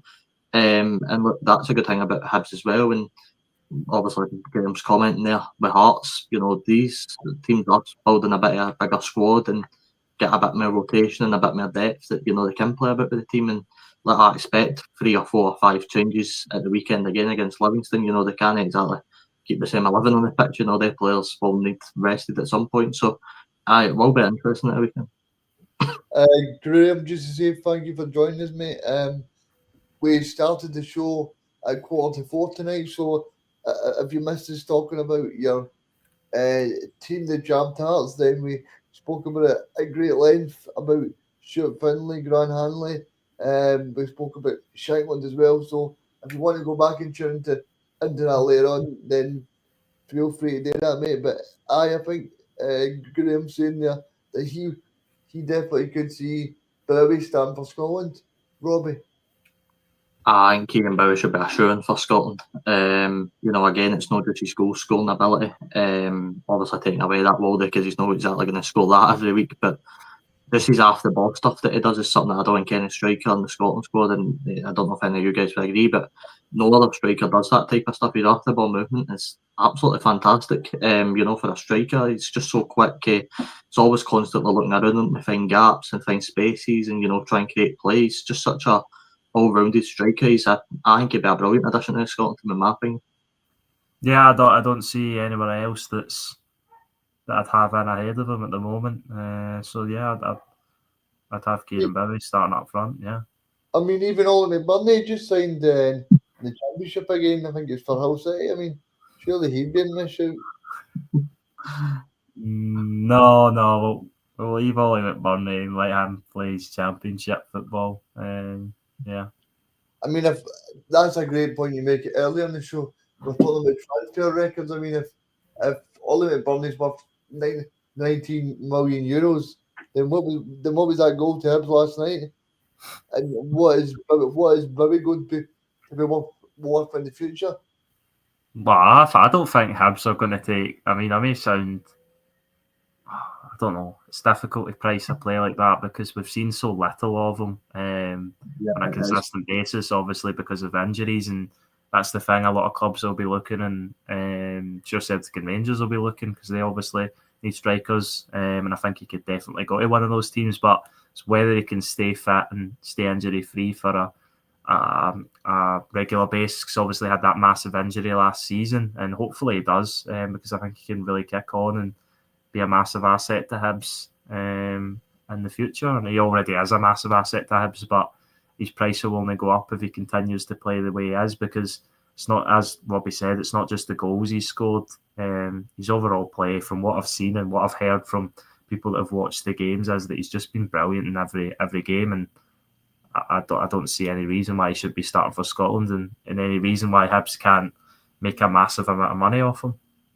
Yeah, I mean, just finally on this game, Robbie, I'm just interested to speak about Rocky Bashiri, because there was one point yesterday where I think Belgrade were they were through in goal and they were 1-0 up. I don't know if you remember the moment, but Rocky Bashiri was sort of next to this guy, and he just kind of shoved the guy out of the way and against the ball. And I'm thinking, what a player this guy's turned into. He's just totally different from what he was. Aye, a player that, I don't know if it was ever true, but a player that apparently Hibs didn't even want to sign in the first place. So, that it just shows you. But like he has, he's been a brilliant player. He was rock solid at the back. Obviously, the mistake came through was at Iredale, that nearly gave Partizan a good chance. Yeah, that's right. Aye, when he sort of miskicks the ball. But having a guy like Rocky in the back, who I believe he played the full game, and credit to him because he's got a lot of legs. He's been Rocky solid. Aye, if you want to say that, aye, it has. But no, it has all attributes to his defensive game are superb. And Hibs are building a real good squad, by the way. There's no many players in that team that don't look like they can do their role well. And it is a dangerous system that David Gray plays. He does play brave on the ball. He likes to utilise the sort of full-back wing-backs at times. And like Hibs are building something special. They've got a really, really good squad. And they can push high up the league and hopefully in Europe this season as well. Yeah, and obviously I'm just, now's my time for to try and get the prediction for you for this match. Oh, I really do see an upset possibly on the cards here, and it's difficult to call though. No, I'm going to go with Hibs. I'm going to go with a 2-each draw and the Hibs to win 3-2 on extra time. So similar to the other night, and I think despite the issues of playing back-to-back 120 minutes, I think Hibs will have enough to go through. All right, well, I'm going to go the opposite of Ethan. I'm going to go 1-each, and I think Livingston are going to win 3-1 in extra time. I think they'll just have a bit more legs, and I think they'll just nick it. Fair enough. I'm going to go 2-1 to Hibs. Fair enough. 2-1. I just think the quality of, I don't know if you guys agree, but I thought Junior Hoylett was good again when he came on last night. Just think maybe someone like him starting the game instead of being on the bench. I think he can be a big difference as well.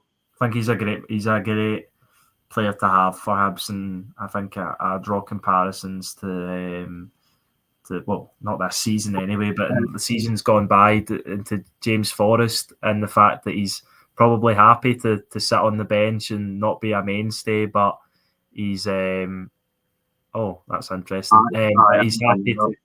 He's happy to come off the bench and play a part or start when needed, and he's done that really well since he's been at Hibs. Yeah, what do you make of that one? That kind of changes the dynamic. That goes straight to penalties. Well, that's good. That's good for the teams playing in Europe. Obviously, we've got 4 of them playing next week, next week, Thursday, Wednesday, Thursday. So I tell you something. If Rangers are drawn with Alloa and it goes to penalties, Ibrox will be going nuts. Yeah, well, I think that's not an unimaginable possibility. Although maybe you think it's crazy to say, but we'll get on to the game in a minute. But Well, we'll have to change our predictions then. Well, not really. I mean, I'll stick with Livingston to take it on penalties. right, I'll go with Hibs to take it on penalties then. And I'm still saying 2-1 to Hibs. And then the St Mirren and Hearts, I think we said penalties, but we'll just take out extra time for that. Yeah, No. I said Penalties. St Mirren and penalties.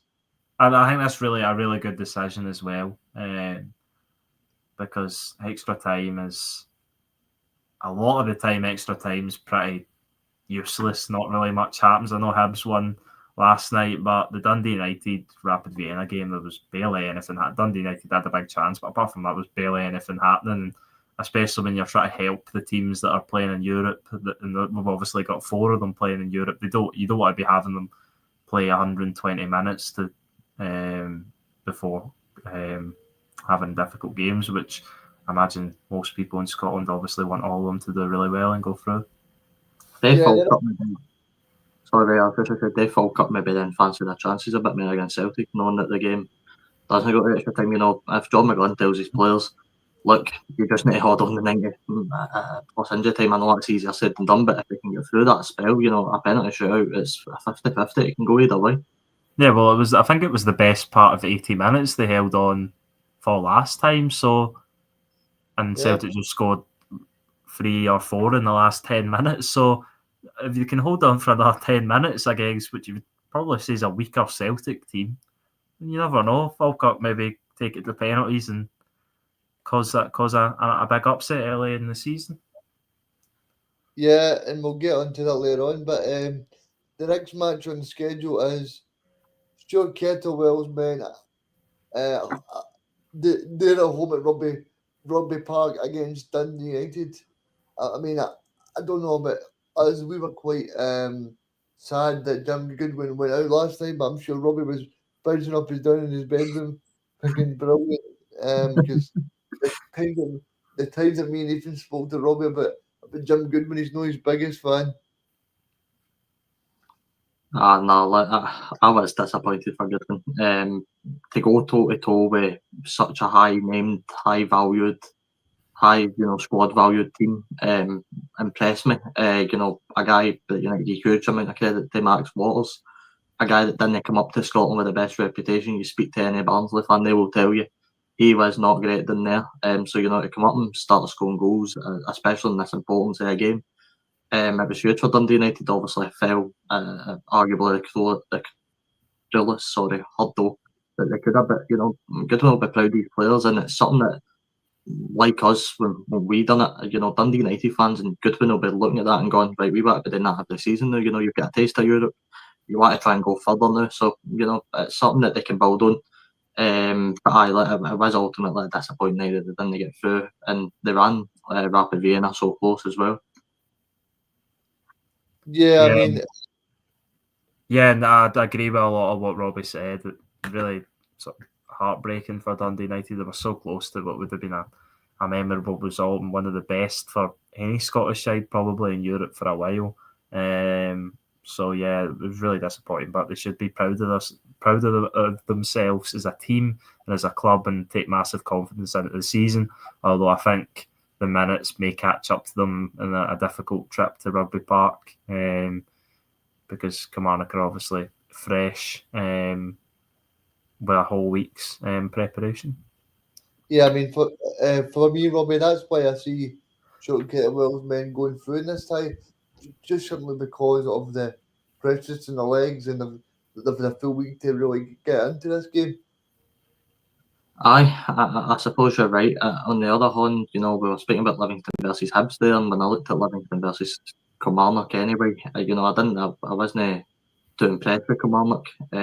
So Kilmarnock, in my opinion, haven't got I'd say the greatest start in the world.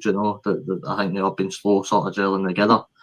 So I think it will be a tough game, but you're right. The Dundee United's legs could fall off a wee bit. They've got a lot of quality in there. I'm not going to pretend I know the full Dundee United squad inside out, because there's a lot of players in there that we're still to learn about and still to watch. It is a very fresh squad, so we'll need to see how they get on. But this is another intriguing game. Obviously, how much will the plastic pitch maybe play an influence on things in the game? I'm not too sure, but the Dundee United players will, as you said, probably be feeling it a lot in the legs during this one.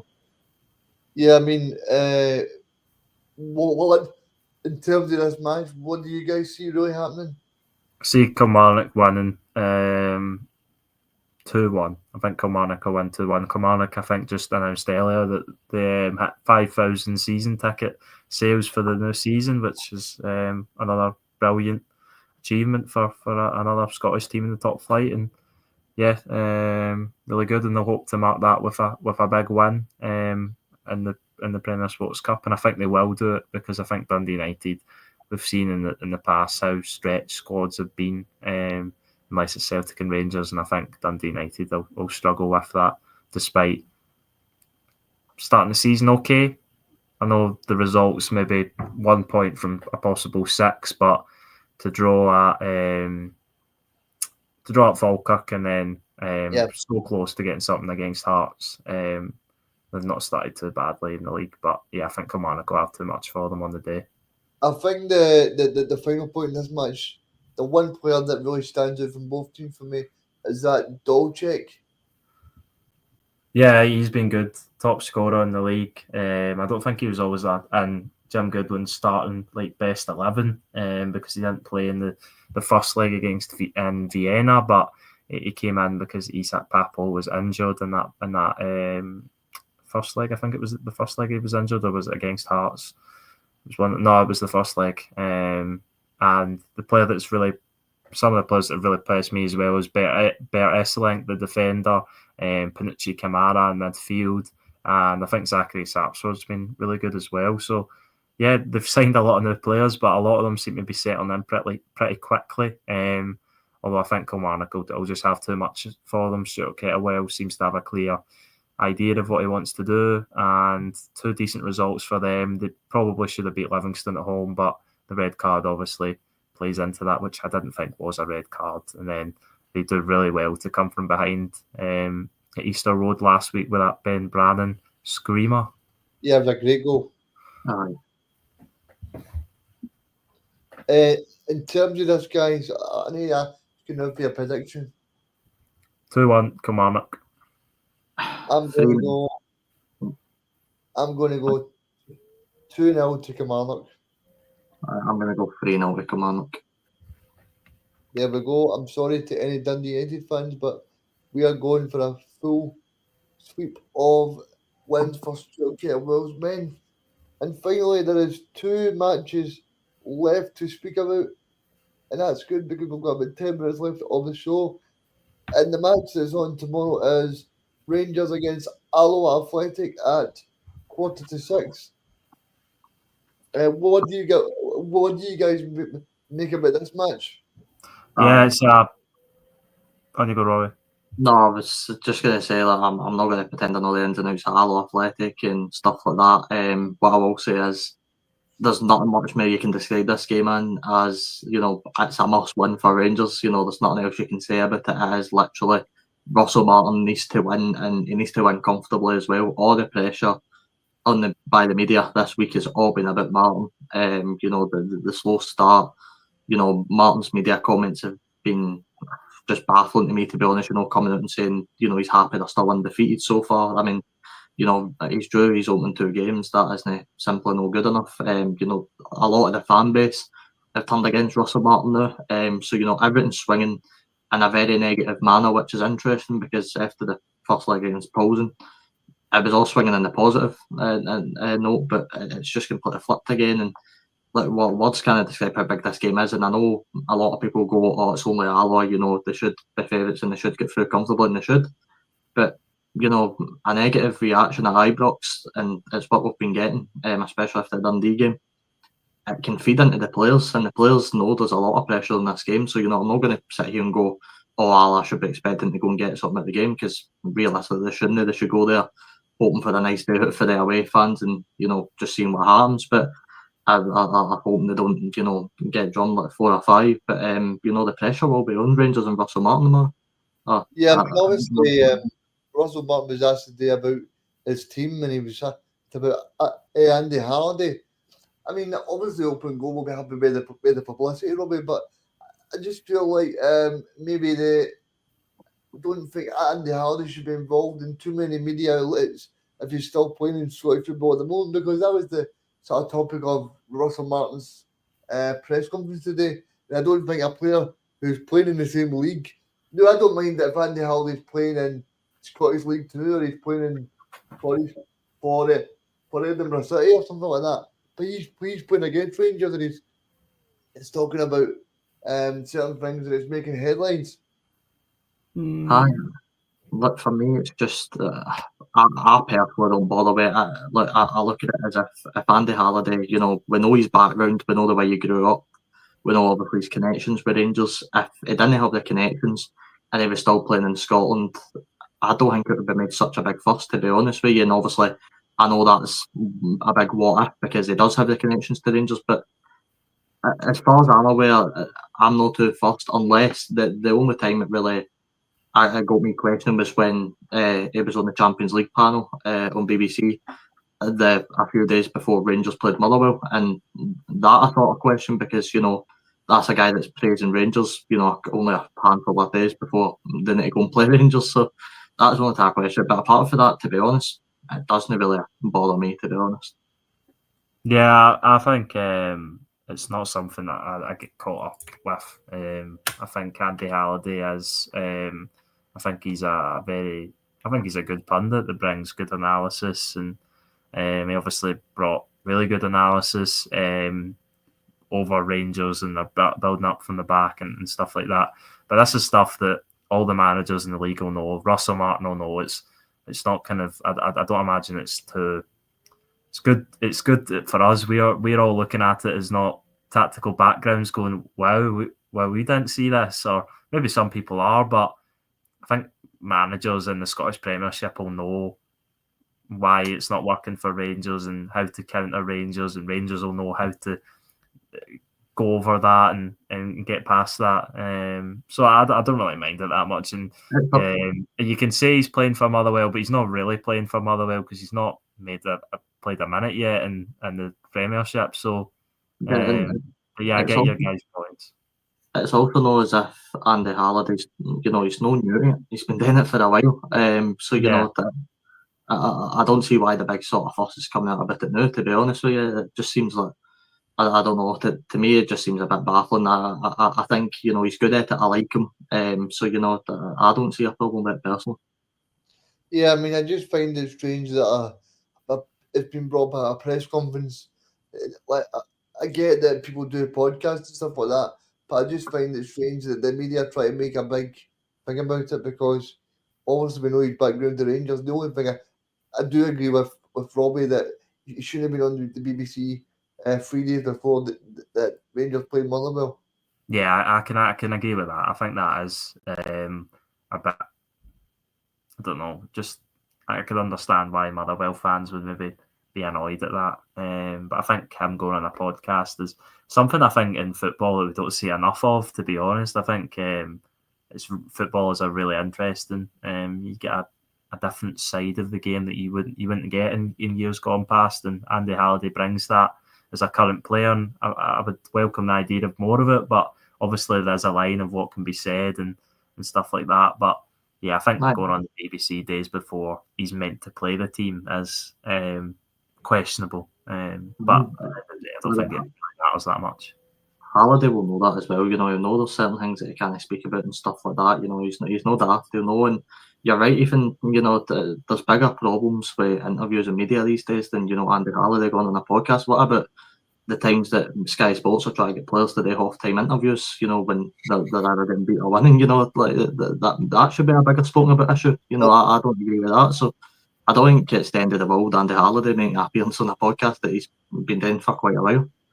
Yeah, he's on Super Scoreboard regularly as well, and I think he does very well. And the one I sort of talk about, I think comes as a recent and perfect example, is the Lennon Miller situation. He's very good at giving sort of an inside scoop, but not giving too much away to the fact he's been disrespectful to Lennon Miller as a player and Motherwell as a club. And I think you need to find that fine balance. And I think maybe, as I've mentioned a couple of times already, I think maybe speaking about Rangers in the Champions League or days before playing them maybe isn't the best thing, but if he's on a podcast and a radio show weekly, then he's going to need to talk about the teams he's playing against anyway. So, yeah, I think it's just something that shouldn't really be a thing, but it is. Unfortunately, a lot of media outlets have obviously seen his breakdown of Rangers tactics and thought, oh, I didn't think of that. I'll write a story about that. And yeah. So the way his thing we've got from Graham here is he said, remember Queen's Park. So the question I'm going to put to you guys before asking for a score prediction is: do you think there's any chance that Alloa could possibly do an upset? Yes, I think there is. There's always a chance, and there's even greater a chance when Rangers can't. They've failed to win in their 2 opening games, and this is a completely different scenario. This is a League One team. This is completely different from a Queen's Park in the Championship. This is completely different from a Dundee in the Premiership. This is a League One Alloa Athletic, and there is absolutely no reason why Rangers shouldn't be able to beat them. But going off what we've seen from Rangers and performances across all competitions, and especially their ability to beat teams in the 90 minutes in the Premiership, then there's no reason why Alloa can't take them to penalties and cause an upset. Although I do think Rangers will still pull through. I think Russell Martin will have the opportunity to rotate the team, give players that haven't had many as many minutes in that starting 11, see if any of the players want to sort of step up and be a part of that starting 11, which obviously they haven't done too much convincing in recent times. But Alloa are like the team you wouldn't want to play there, because they've obviously won 4 out of 4 in the Premier Sports Cup, beaten Dundee in the process, and they've won their opening 2 league games. And I know it's League One, but no game is won before it kicks off, and there's always a chance. I think it's a very slim one. Can't see it happening, but there's always a chance, and that's why we watch football. So that's why there'll be Alloa fans in attendance, hoping to be part of a miracle. But yeah, I really can't see it happening. I think Rangers will have too much on the day. It feels, I don't want to sit and try and, make up reasons why I think Alloa have got a chance, because I don't think they have too much of a chance, to be honest with you. But, when Rangers went to play Queen's Park, it wasn't like Queen's Park were high flying top of the Championship. They were very much a mid-table team. They were sort of finding their feet a bit. And, again, it's not me trying to make up stuff for Alloa, because I know they've had a good start. It's very much still very much in Rangers' favour. But also, this is Rangers' worst nightmare. The one thing Rangers have never been able to do is break down the low block teams. And I can only imagine right now, and I'm not going to be able to see the game, but I can only imagine right now how deep and defensive Alloa are going to sit for the full game. So, this is a true test of what Russell Martin's squad's made of, because it's something that Rangers haven't yet been able to do in the league so far this season under Martin, is break down these low block teams. So it is a big test, as much as it's a game that everybody looks at and goes, oh, Rangers should get through that easily. It's something that Russell Martin needs to overcome now. He needs to try and beat the low block. And in terms of prediction, Robbie, have you got a prediction there? I'll give it 5-0 with Rangers. Robbie, you were just building up. Alloa fans there. They're going to go low block. We're going to do well. Queen's Park, Johnson, in you go 5-0. Okay then. In terms of you, Ethan, what are you thinking? 2-0 Alloa. No, I'm always joking. 2-0 Rangers. I think they will get the job done. I don't think it'll be convincing. I think there'll be a lot of Rangers fans going to the game nervous. I think they'll get the job done. Can I just say on that prediction, there will still be boos at full time if Rangers only win 2-0, because I think every Rangers fan expects and demands at least 4, probably, and that's not being disrespectful to Alloa, by the way, but that is the demands of the Rangers fans now. Yeah. Rangers shouldn't. Rangers should win, but they just need to watch they don't get stung. Yeah. And for me, I'm going to go 1-1. I'm going to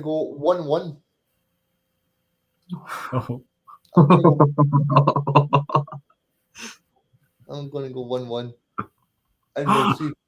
and we'll see what penalties brings. Anyway, we'll move on to the very last game. And that is Morton against Aberdeen. I wouldn't say it's the most glamorous of ties, Robbie. No, but it's got slight potential for an upset on the cards, in my opinion. Not to spoil my prediction too early. It's going to be a bit of a difficult game for Aberdeen. They've started off 0 wins, 2 losses, 0 goals scored in their opening 2 league games. It's not been an ideal start for Jimmy Tilleen. Obviously, they go into the game favourites, Morton. I'm not sure, by the way, if Hingme's going to be back for the game, if it's going to be Billy Davis in the dugout again. We'll just need to wait and see. I don't know if it's been confirmed yet, but I do think Morton should fancy their chances. You're coming up against an Aberdeen team that, let's be honest, are notoriously known for a few big cup upsets in recent history. So, they've not got a brilliant track record in the League Cup. I know, obviously, they just won a cup last season, but they tend to be up and down. And look, I think, in my opinion anyway, form plays a massive part to Aberdeen, especially. I know it does in any club, but for me, any time Aberdeen are on a bit of losing momentum, it really carries through into everything they're playing. They really struggle if they've no got a win under the belt in the longer. And I know Michael, one that says it all the time on the show, losing can become a habit and winning can as well. And if Aberdeen somehow lose this game at the weekend, which they very well could, by the way, because Morton are a very well drilled team, and it can cause you problems. So if Aberdeen were to lose this at the weekend, the losing mentality would start going again for Aberdeen. I'd worry for Jimmy Tilleen, because in my opinion, the only reason he's still in the job right now is because he won that cup. Yeah, Yeah. I'd agree with Robbie there. I think Jimmy Tilleen has credit from that Scottish Cup win, of course, a historic day for Aberdeen. First Scottish Cup in over 30 years, was it? So, yeah, of course, it's a massive achievement, but I think Chris Boyd said this, that it's sort of papered over the cracks, possibly, of the really disappointing league form. They've got a terrible record over the last number of games, not just this season, but the end of last season. But what I will say is, towards the end of last season, when they were on that terrible run during the middle of the season, the Scottish Cup games, they sort of used as fuel and confidence to get them back up and going against the sort of lower league teams, and possibly could do that again here. So yeah, it's a massive game for Aberdeen, because if they go out, then not a good start to the league season, not a good start out of the Premier Sports Cup, and staring down the barrel of a really difficult tie in Europe on Thursday. So yeah, I think it's really important Aberdeen win this, and I think they will have enough. But yeah, I don't know.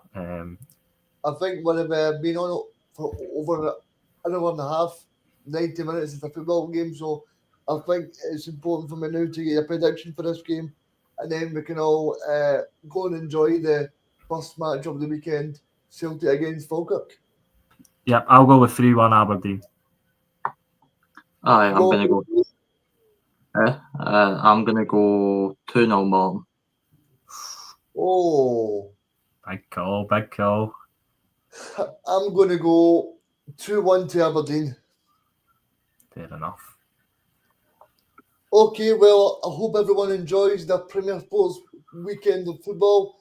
Thank you for joining us for the last hour and a half, 90 minutes of talking Scottish football. Please subscribe to the Scottish Football Zone, and we'll see you again soon. You're watching the Scottish Football Zone